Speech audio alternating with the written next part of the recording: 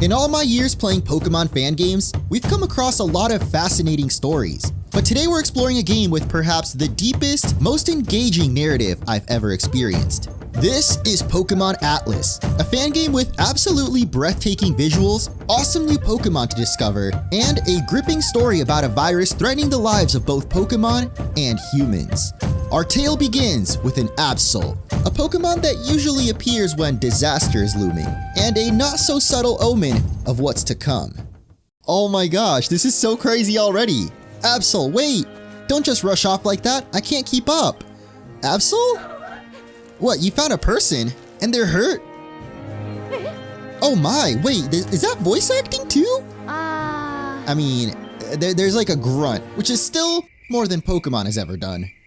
Now this quirky little lady is this region's professor in training, Stephanie Maple. Cause, you know, every good Pokemon professor is named after a tree. As for our own character, I couldn't help but notice they looked kind of familiar. Who needs a map? It seems our prodigal explorer has a classic case of amnesia, meaning we can't remember anything from before waking up to Absol. But slowly throughout the story we'll find clues to fill in those gaps in our memory, with the first one being the name of the mythical Pokemon this shrine was built for. Oh my god, it gets even better! Look at this! Yo! I recognize this theme too. I feel like this is from like Pokemon Black and White. I'm probably wrong. I'm so bad with Pokemon music and Pokemon cries. But the graphics are definitely giving Black and White. Like they also had leaves and stuff going overhead. Wait, the music? Oh my god!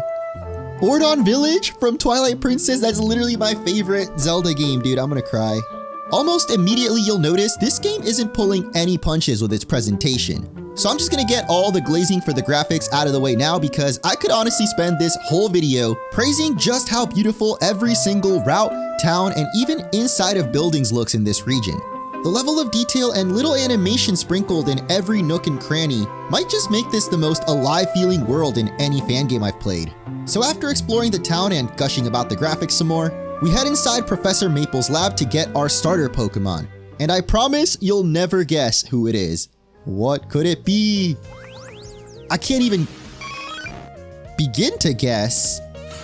I mean, it looks like an Eevee, but it's definitely not your usual Eevee. Like its pattern is like reversed. The only other difference I noticed was this Eevee has the Guts ability, but I'm sure we'll get to see what makes it really special once it evolves. We then meet the professor's brother, and I really thought he was pissed that we're like hanging out with his sister. But of course, he only cares about the Pokemon and promptly challenges us to our first battle. Oh wait, he's gonna be our rival? Oh my god. Yo. Who did the music for this? Oh, the nickname on Charmander? That's actually what I always nickname my female Charmander too, Cinder. Besides the nickname though, you might also notice a peculiar adornment on Charmander's tail. And there's actually a good amount of trainers in this region who like to give their Pokemon some kind of accessory to wear, which is a really neat little bit of customization I can't remember seeing in any games outside of like Pokemon contests. Sadly for lil bro, this good luck charm doesn't actually make his Charmander any stronger, so after the battle we get our first glimpse of what will make up the main story arc of this game. It seems there's been an outbreak of a Pokemon virus, but this definitely ain't no Pokérus, and looks more like a Pokemon version of chickenpox. So together with our new friends, we decide to investigate this mysterious outbreak and take on this region's Pokemon Gym Challenge while we're at it. Now of course Eevee's not the only new Pokemon in this region. As you probably noticed, the blue Pidgey perched atop the roofs of this village. A trainer later on even mentions there's at least one new regional form to find in every route. So as we begin exploring the first one, okay, so just as I suspected, we have a new regional form for Pidgey. Is it a water type? Nope. With our second team member caught, I decided to take some time to explore some of the quality of life features this game has implemented, like being able to nickname your Pokemon right from the menu, and the convenience to access the PC anytime, anywhere. There was also a trainer that would only battle us after all the other trainers in this route had been defeated, which is yet another feature I'm happy to see brought in from the newer games. Of course, my Pokemon were pretty beat up after all those battles, and though I hadn't seen a Pokemon Center up till now, there was a house nearby with a retired Nurse Joy inside, still happy to help out new trainers. Man, there are a lot of old people in this game. I mean, I like it though, you know, we gotta respect our elders, or at the very least, listen to their stories, listen to their ramblings. After healing up, we move on to the next route, Melancholy Forest. As the name implies, an air of sadness can be felt all throughout this area. And deeper in this forest, we meet another peculiar character who proceeds to tell us the history of these somber woods. Long story short, there was once a huge war for control of this region between two rival kingdoms, and the souls of the fallen warriors ended up settling in this very forest. Ooh. Strangely enough, I was able to find not one, but two regional variants in this area. Though perhaps stranger was the fact that they both still had their usual typings. A bit further in, we locate the spotted Poliwag we learned about earlier, and its trainer explains that some strange people in black coats supposedly helped cure a sickness it already had, but as a side effect gave it these weird spots. Luckily for us, these suspicious figures she mentioned are just a few steps away, so hopefully they can give us some answers to what the heck is going on here. Oh my god, no! Minchino! Oh, dude, it hurts! All these scientists use Pokemon that are clearly infected with the same sickness as the poor Poliwag, but while some Pokemon clearly look like they're diseased and mangy, I couldn't help but feel like others just got some cool tattoos. Now, the leader of these black coats is a nameless miscreant who we catch abusing a poor Phantom. Their goal in this forest is to harvest Phantom's leaves to use as medicine, which I actually never knew is part of Phantom's official Pokedex entry. Why do you fight with such strength? You don't even know that Pokemon. Oh, the Phantom. I mean, I know Esper though. Esper been through a lot of suffering, at least in Pokemon X and Y. So I feel kind of bad beating it up. That's literally like what happened to it in X and Y. It got beat up by a human. Well, more specifically, it got...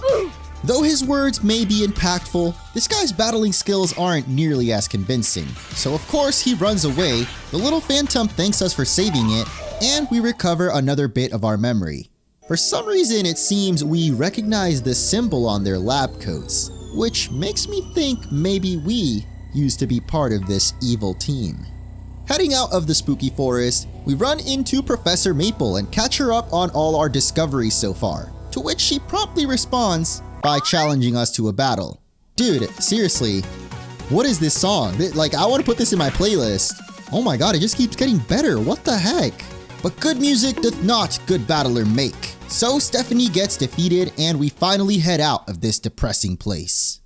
The next route once again blows me away with its beautiful cherry blossoms and plenty more Pokemon frolicking about. Except this time we can finally interact with one. Or not?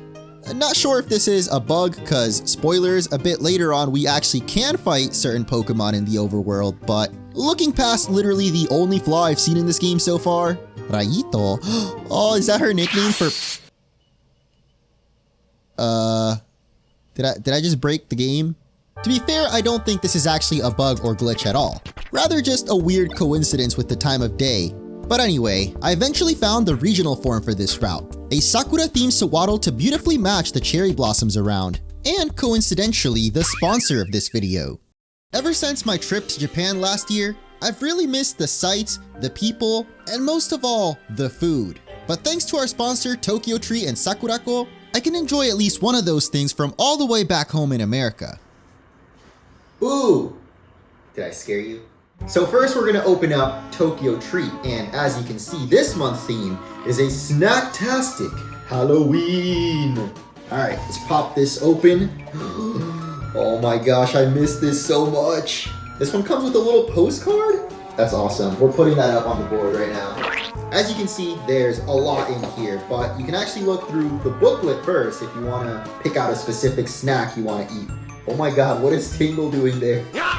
Most satisfying things.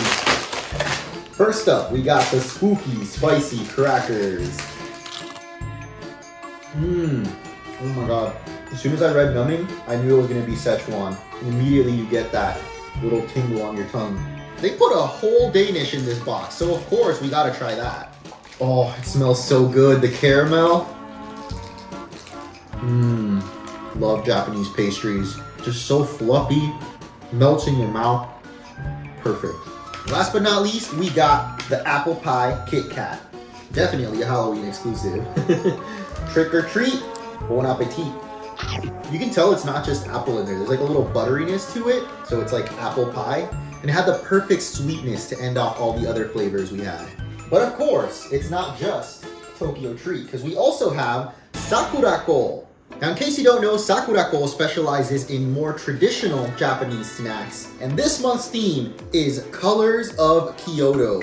Oh my god, look at how beautiful that booklet is. Kyoto was definitely one of my favorite cities we visited because of how perfectly it blends like the traditional and modern sides of Japan. Another thing that makes Sakurako extra special is every month you'll get a ceramic along with your snacks, and this month, look at how beautiful this is. Oh my god. You also get a different tea every month. We got Sencha green tea that we're gonna make and put right in this. Let's try the super cute Kitsune Senbei first. Mmm. Ooh. So crunchy. It's actually perfect with the tea, so I might save what's left of it. But now things are gonna get real sweet because we got the matcha pudding. Mmm. Oh, that is so creamy and so delicious. That's my favorite so far. We're gonna wash that all down with the tea. Perfect way to end off the perfect snack box. You know, the holidays are coming up. Trying to impress your family or loved ones. Get them a little gift. So be sure to sign up with the link in the description to help support my channel. And thanks again to Sakurako and Tokyo Treat for sponsoring this video. Now, back to the adventure, where for the first time in Pokemon history, I ran into a trainer tip sign that actually teaches us something cool. Oh, we can actually change the Pokemon following without having to go in the menu? Dude, that's so awesome! Before heading into the town though, we pass by the daycare and a neat little side quest. This girl somehow lost her grandma's precious Ditto and proceeds to guilt us into finding them. So we venture back to Melancholy Forest, and oh boy, was I not expecting this.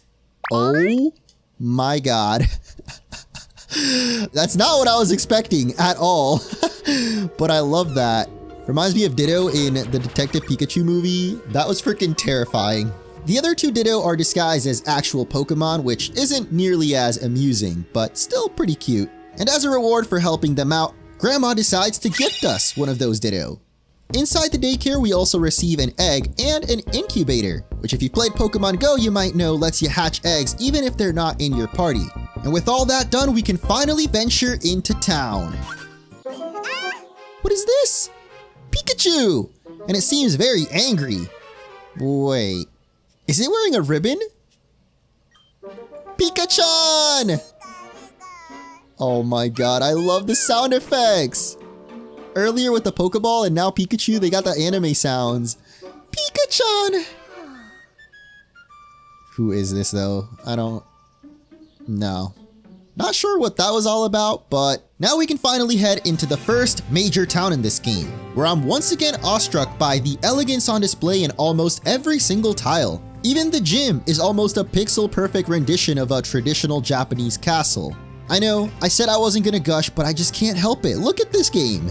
Unfortunately, the gym leader isn't there right now, and the gym guy doesn't even give us a clue to where they could be. So I decided to just keep exploring this cherry blossom paradise, and in the Pokemon Center, picked up another side quest asking us to find this region's variant of Sawsbuck. I wouldn't end up finding it for a long while, so in the meantime I just continued exploring and eventually ended up at this cave, where we get the next bit of main story. Hey you! Let go of Pikachu! Shut up, little brat. This Pokemon's mine now. I'm sure the boss will give me a good bonus if I bring him a Pikachu like the ones he asked for his experiments. What do you mean experiment? Don't lay a finger on her. Come on, face me then. Face me in my Torracat if you care so much about your stupid Pikachu. What's black and red and blue all over? A Torracat with coronavirus, duh. After rescuing her dear Pikachu, Pika-chan, we learned that this is actually the gym leader of the nearby town. And if you're thinking she looks kind of familiar, maybe her name will jog your memory. Now this cave actually does lead to the next route, but it's blocked by a fallen tree for now. So we turn around and end up running into a regional form of Drillbur that's actually a ground and fighting type. Guess that explains why it's got a black eye.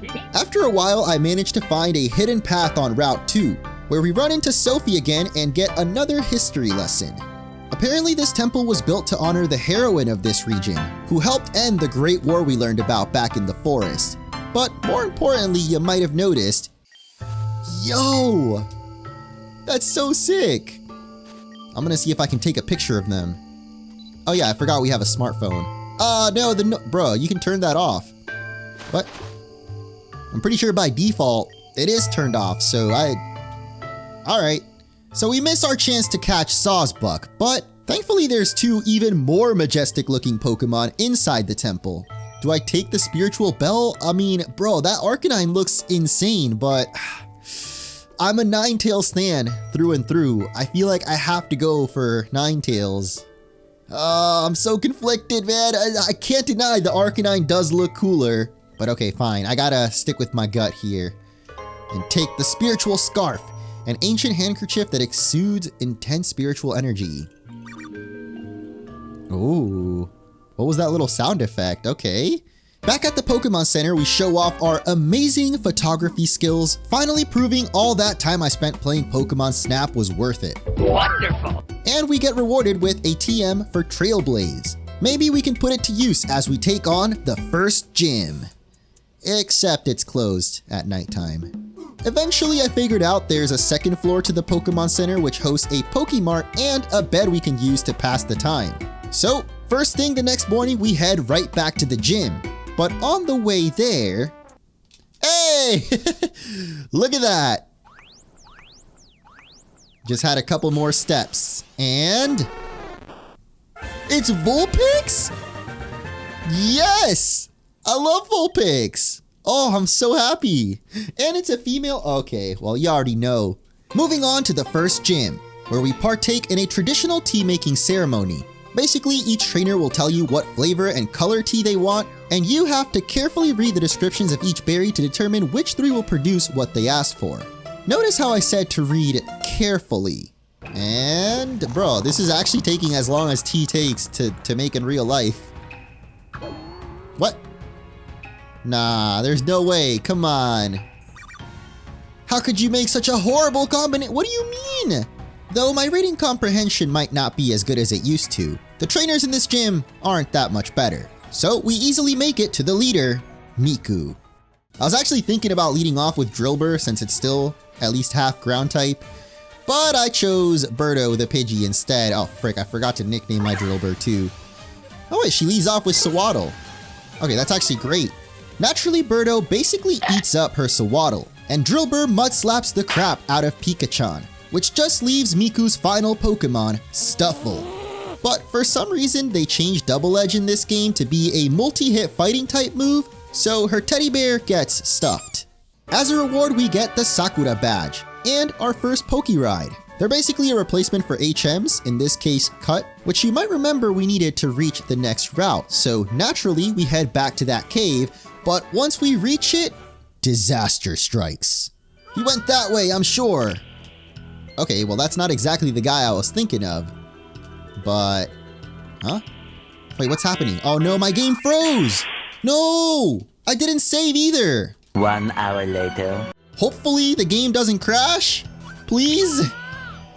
Oh yeah, it's after this guy runs off. Wait, what the hell? Yo! Wait, is this just the end of the beta? Like, I literally cannot move. But that's weird though. There's no way they would end the beta with just you not being able to move. So there's definitely a very, very bad bug with the game here. Okay, let's try like stepping down here. Oh, nope. No matter what, the game like paths you up there. Oh wait, what the heck? Okay, well that's definitely weird. So I guess just if you specifically walk onto this tile, then it bugs out. Huh. Anyway, you might have noticed Professor Maple's brother is here. So we follow him into a previously blocked off part of the cave. Why was it blocked, you might be wondering? My son really caused quite a mess. Oh my god, was it this kid's Marshtomp? Bro, there's no way. This kid is the reason why you can't become a trainer till you're 10. Deeper in this cave, we find an arachnophobic's worst nightmare, as our buddy Grimm's been webbed up alongside a poor Amazon delivery guy. Now, usually Joltik are pretty easy to handle, being literally one of the smallest Pokemon in the world, but these particular creepy crawlies had a surprise up their sleeve. Oh my... Bro. This doesn't even feel like a Pokemon game anymore. Like the way or the amount of little details they put into it, especially with the little cutscenes, if you can call them that. Oh my god. What the hell is that? Kind of weird coincidence that the last two fan games I've played both featured spiders as the first boss, but after our ace Pokemon get double KO'd by Discharge, it's once again up to Monty the Drillbur to bail us out. But it's actually Poppy with its infestation and bug bite that ends up dealing the most damage and leading us to come out victorious. The bug bite does it! No! No! No! It's not over! Oh my god! Oh, this is not good at all. Oh god. Poppy's gonna die, which means that infestation's not even gonna... Poppy dodges it! Let's go, Poppy! That one mud slap from earlier. Oh, yo! Okay, now it's just a regular old Joltik. And you're dead, little buddy. Goodbye! Having saved the day once again, we move on to that tree blocking our path. And thanks to the power of Pokéride, we can call upon Scyther to chop through it like butter. Geez, if Scyther can do that to a tree, just imagine what it could do to a person. This route features a beautiful beach where we run into a fisherman who's lost his glasses. As a glasses wearer myself, I can relate. You see, this little Chinchou happened to find the fisherman's glasses, but even after being defeated, refuses to give them back, which of course pisses the fisherman off, so we end up having to battle him too. But all's well that ends well, because it turns out this guy was actually a wanted criminal and a torturer at that. So after bringing him to justice, we return to little Chinchou, and it actually wants to join our squad. But there's plenty more to see around this beach. What the heck? Look at this guy with his Ludicolo. Oh my god! The music changes too? Okay, this... I was trying to resist this whole time saying it, but this is the best fan game ever.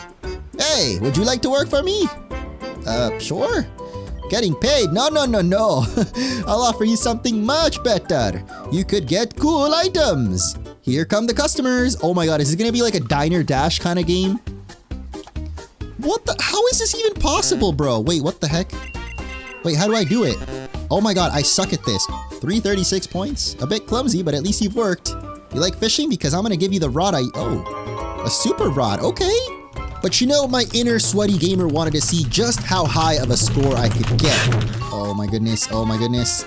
Come on, we're so close, please. Yeah, we hit 2K, let's go. And since you have did it without making mistakes, I'll double your points? Oh my god. Let's go, 4,000 points. You surprised me a lot. Take this so you can go hunting Pokemon. And we got a quick ball. I mean, I was expecting something crazier for getting 4,000 freaking points, but... Just ahead of the beach club, we reach Calliope City, and it's here that we meet the gym leaders, Arthur and his daughter, Kendra. I love how we're just standing there awkwardly eavesdropping while all this family drama unfolds. And though the story is quite juicy, I couldn't help but pay more attention to this weird Gardevoir-Gallade hybrid behind them. Surely we'll get to see exactly what that is in the gym battle, right? But first we gotta help out Officer Jenny, who's investigating a mystery that popped up overnight. Seems that a group of Rattata washed up on the beach, except these Rattata were dead.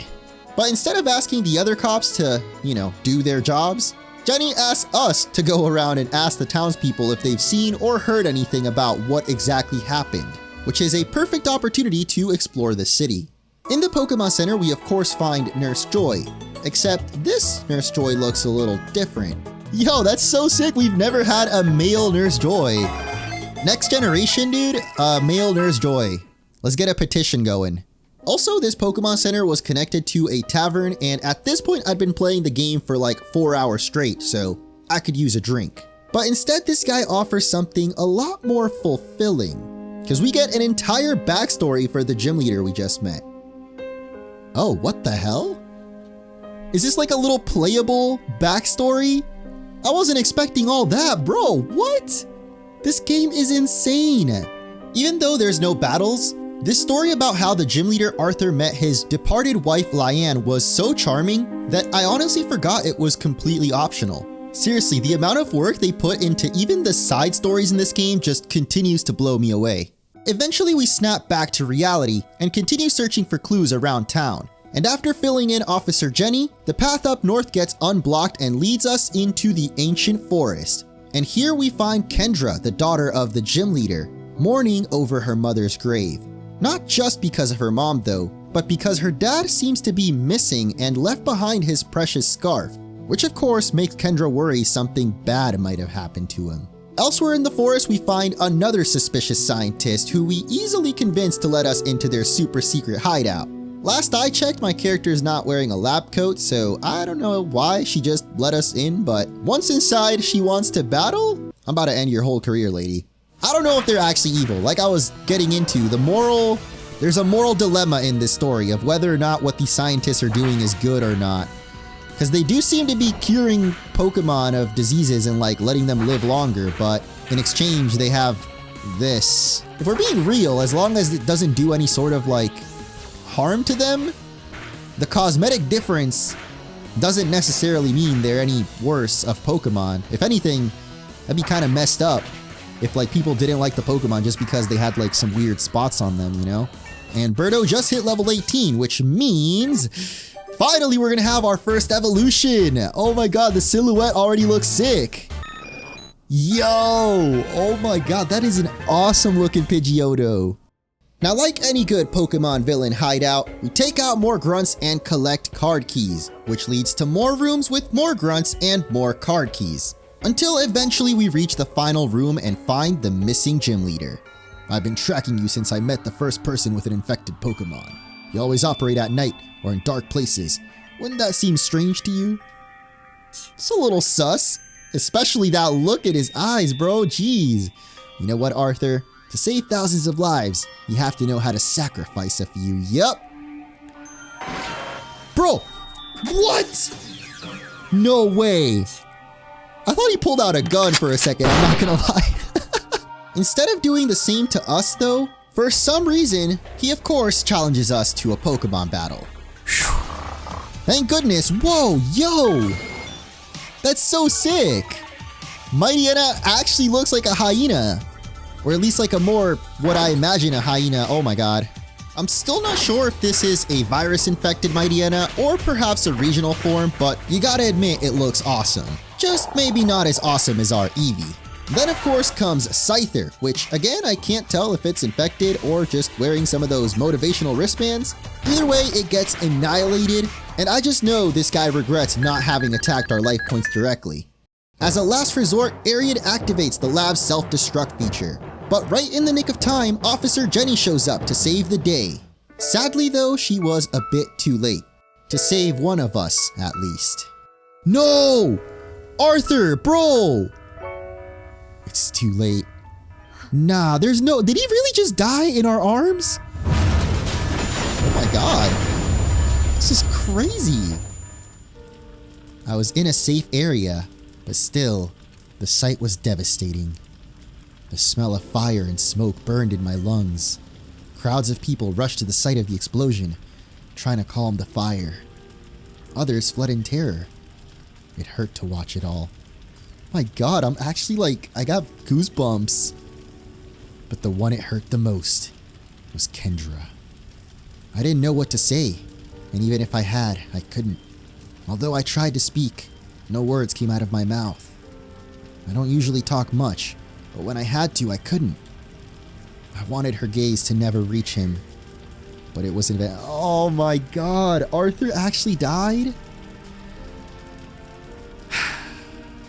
With all the exposition back at the gym and the backstory we heard from the bartender, I'd actually come to care about this old man, which made this moment hit that much harder. Back at the police headquarters, Jenny interrogates the mad scientist to get any sort of information about his motivations. He explains that this newly discovered virus, which they've decided to name the Atlas virus, only affects Pokemon that have been inside of Pokeballs. Once infected, a Pokemon will slowly deteriorate and die within a few days. However, the Atlas scientists have managed to develop a cure that completely stops the virus, with the side effect of giving Pokemon these weird markings we've been seeing. Though there is another problem with this cure, as it only seems to work for a few months, after which the Pokemon still dies. So the whole reason they've been experimenting on these Phantom and other people's Pokemon is to try and make a permanent cure. Finally, we learned that the true leader of this Atlas corporation is actually unknown even to their own members. The only thing anyone really knows about this mysterious leader is that they call themselves Atlas. I get naming the company after yourself, but then naming the virus after yourself too? Almost like they created the virus. But it seems we'll have to track down Atlas ourselves if we want to dig deeper into this conspiracy. Now, I really thought after that roller coaster of emotions and massive exposition dump, that would mark the end of the first demo. But it turns out I was actually playing Demo 2 this whole time, which means there's still a ton more content to play. So let's at least end this video on a positive note by taking on the second gym. Now, you'd think after all she's been through, Kendra wouldn't at all be ready to accept new challengers. But to my surprise, as soon as we step into the gym, what the hell, yo? What kind of gym is this? Kinda feels like Kendra's taken out some unresolved issues on us here, but this gym's puzzle is basically a medieval-themed escape room, where we have to fight our way through Kendra's guildmates and light 4 torches around the castle in order to open the door to her arena, which I must say looked a bit familiar. As a way to honor her father's memory, Kendra decides to battle us with his Gallade, which means as badly as I wanted to know what this Pokemon was, I guess it'll have to wait. Dad, this one's for you! Yo! Let the duel begin! Hell yeah! Wait, is the music not gonna change? Whoa! Dude, this is so epic! What the? How did they even do that? Like, the music perfectly transitioned into a battle theme somehow. Sadly, this bout is pretty one-sided though, as Birdo pretty easily plows through her team, including Sir himself. But at least we got to see how cool Gallade looks wearing armor. And we've got our second badge, and Poppy's evolving too, okay. I was not expecting that. Yeah, new Swadloon.